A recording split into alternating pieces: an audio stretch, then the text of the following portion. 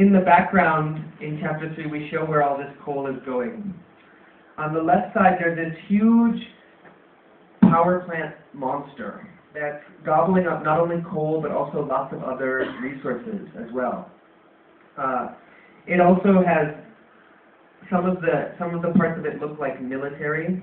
The smokestacks look like guns, the transformers look like missiles, because the U.S. Department of Defense is one of the largest consumers of fossil fuels and emitters of greenhouse gases and things, and we wanted to make a reference to that as well. हा कोळसा पुढे जातो कुठे?